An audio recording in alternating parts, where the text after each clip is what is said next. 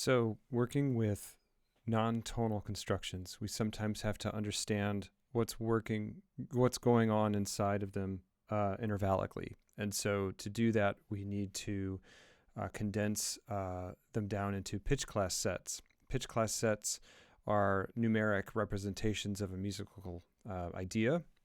While the notes on the page are very important, the intervallic relationships between the notes is what we're trying to find. Often that will create connections as we analyze work. And to do this, we will work with pitch class integers, and we often use clock face diagrams to visualize these notes, as we are now working with enharmonic equivalents and also octave equivalents. So that means that our chromatic scale from C to C is a spectrum of tones that we can sort of understand as having any spelling, because in a non-tonal environment, these accidentals, while important, they don't imply function. So, for instance, a C sharp is not a leading tone anymore to D, for instance, or an E flat has no function in the key of B flat anymore, and so on. Right now, they're just kind of these tones that have these arbitrary spellings that we can go C sharp or D flat, E flat or D sharp, F sharp or E, G flat, and so on. So we summarize pitch in terms of as pitch integers. And so this clock here is very similar to what we see on the wall, but it's common for us to summarize 10 and 11 as T and E because of the combinations of ones and twos and zeros. Makes it easier to write them in list, as we will do. So the C is always 0, C sharp, D flat, D natural, E flat, and so on and so forth. It's easy to remember that the 6 is your F sharp, which is the tritone from 0. Perfect fifth is 7. Minor third is 3. E is B natural, etc. So when we're working with a pitch class set, we are looking at a collection of pitch classes from a segment of music, and we write them in their most compact ordering that we can to summarize them in quote-unquote root position. So this would be an E flat, E natural, an F, and a G. To find this most compact ordering, I'm going to go over here to my notepad. And here I have a couple of clocks already sort of here that we can draw on. And this process involves either, sort of using them on a clock face, or we'll also talk about how to find them on a staff. So let's work with a D major triad. D, F sharp, and A.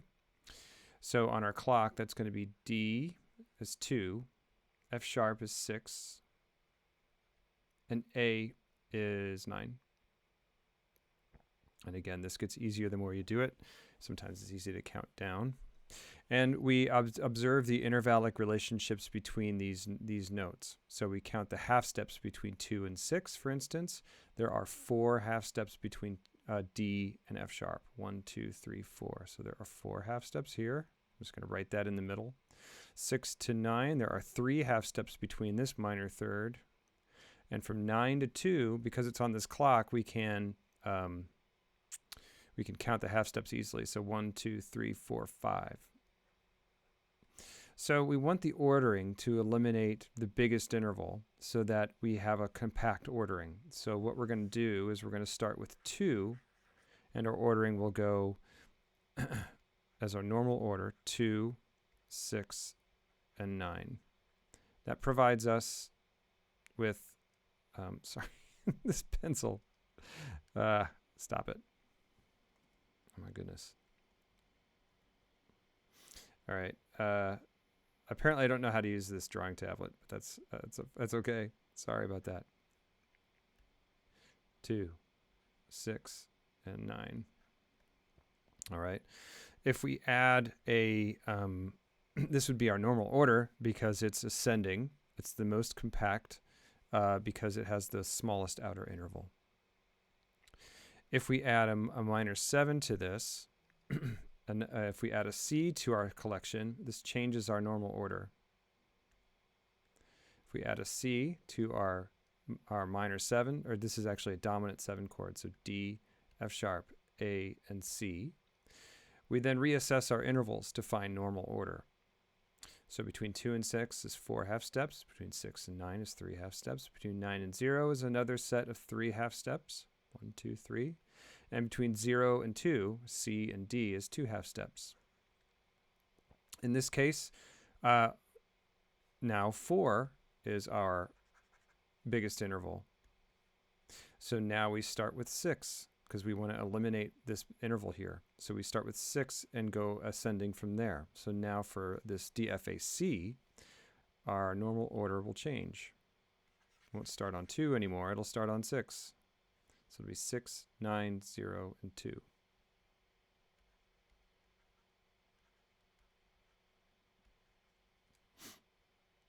We can also do this on a staff. If we write our set as a scale, we are trying to eliminate, let's go back to our D major triad. And if we repeat the top note, we get a sort of a list. And the top note shows us the cycle, kind of like a clock, like we're seeing the clock face, but on the staff. Repeating the upper octave shows us that interval between the last note and the first note again. So we have a 4 half step construction here between D and F sharp. F sharp and A is 3 half steps, and then A to D is a perfect fourth, and that is 5 half steps. So we can see here that eliminating the biggest interval, we'll start with D. So D, F sharp, A is our normal order. That's 2, 6, and 9. If we try a D minor triad, we'll get the same situation. D, F sharp, D, F natural, and A. And then if we repeat the D at the top, we get now 4, 3, and 5 as our intervallic pattern.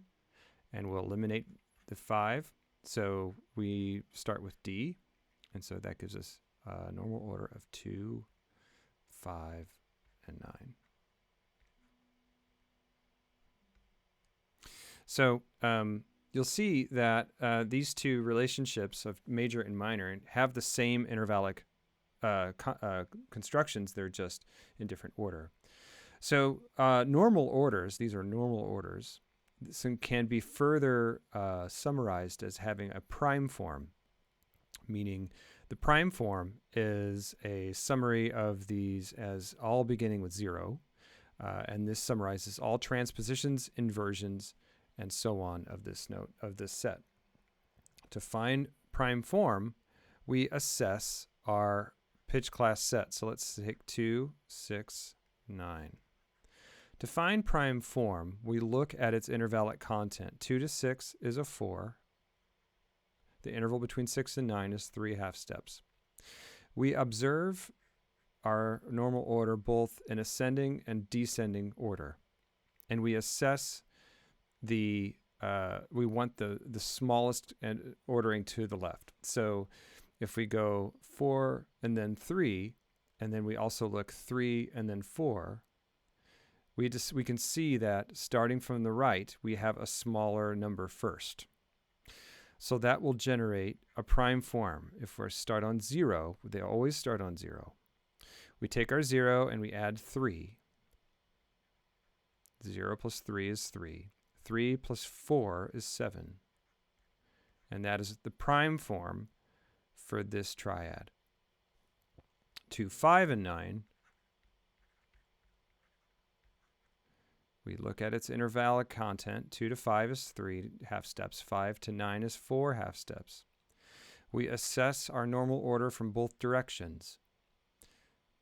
3 is smaller, so we'll start with 3. And our normal order will be 0 plus 3 is 3. 3 plus 4 is 7. So you'll notice that D major and D minor share a prime form. They're the same prime form because prime forms summarize the intervallic content of a construction, regardless of order, regardless of inversion, regardless of transposition. So our D major triad having a major third, a minor third, and a perfect fourth or fifth, and their inversions. And a D minor triad having a minor third, major third, and a perfect fourth, and all their inversions, contributes to the same construction that summarizes a major third, a minor third, and a perfect fourth, and their inversions. To repeat this process, we can do so with our D. Let me undo this to erase it easier.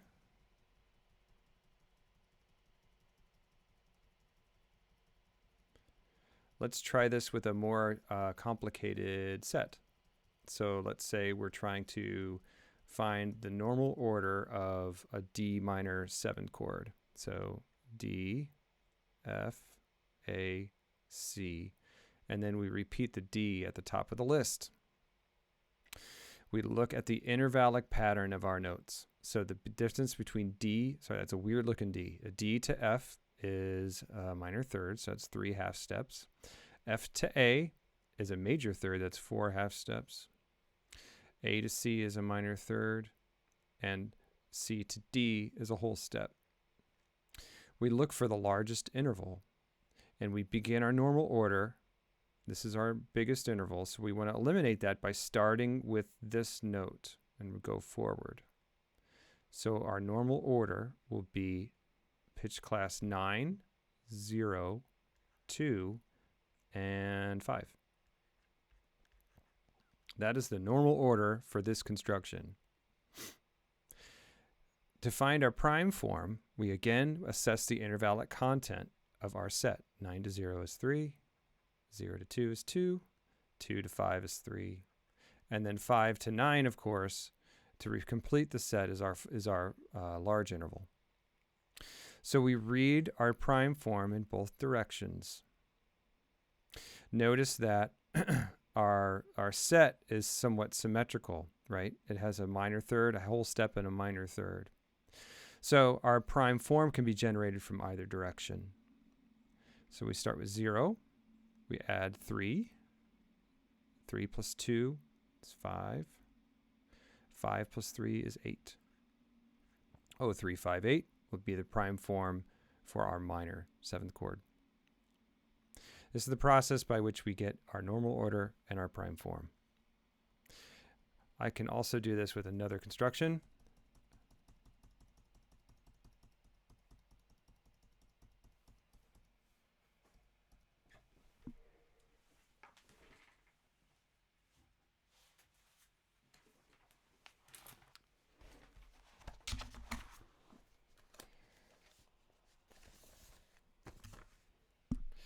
Let's try, if we take a segment like A flat, E flat, D, and E natural. This is easiest to do with non-tonal constructions. Excuse me. So if we take our set and we put it into an ascending order, so we say, let's start with E flat. No, actually, let's start with D. Often it's best to sort of put it in a scale. So E flat, E natural, and then A flat. And then repeat the octave at the bottom, which is similar to putting it on a clock face. And then you assess the intervals. D to E flat is 1 half step. E flat to E natural is a half step. E natural to A flat or G sharp is a major third. And then A flat to, A flat to D is a tritone. Our biggest interval here is the 6, so we're going to start with this note here, which is the same as this one here. So our normal order then is 2, 3, 4, and 8. And again, noting these in pitch class integers, it gets easier over time. D is 2, E flat is 3, E natural is 4, and A flat is 8. Additionally, we can do this on the clock if that is easier for you and more, it kind of makes more sense to you. Let me do that same construction on this clock here and get rid of my previous notes.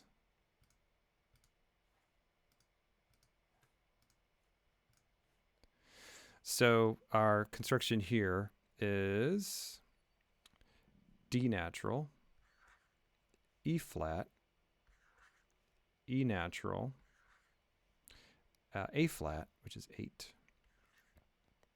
Those are our 4 notes. And on the clock, you can see the distance very easily. So this is 1/2 step. Between 3 and 4 is 1/2 step. Between 4 and 8 is 1, 2, 3, 4 half steps. And then between 8 and 2, of course, is 1, 2, 3, 4, 5, 6 half steps. That's obviously our biggest interval. We want to eliminate the biggest interval to make sure that we have the most compact ordering with the smallest intervals to the left. So that means that we start with 2 and we go up ascending from there. And that's this 2, 3, 4, 8 is the same that we got down here. And to find prime form of this construction, we then again do our intervallic thing. We read it ascending and descending, and this one's quite obvious that ascending is going to give us the most compact to the left ordering, starting with the smallest interval. So we start with 0, 1, 2, and 6 is our, sorry, that got weird. 0, 1, 2, 6 is our prime form. 2, 3, 4, 8 is our normal order.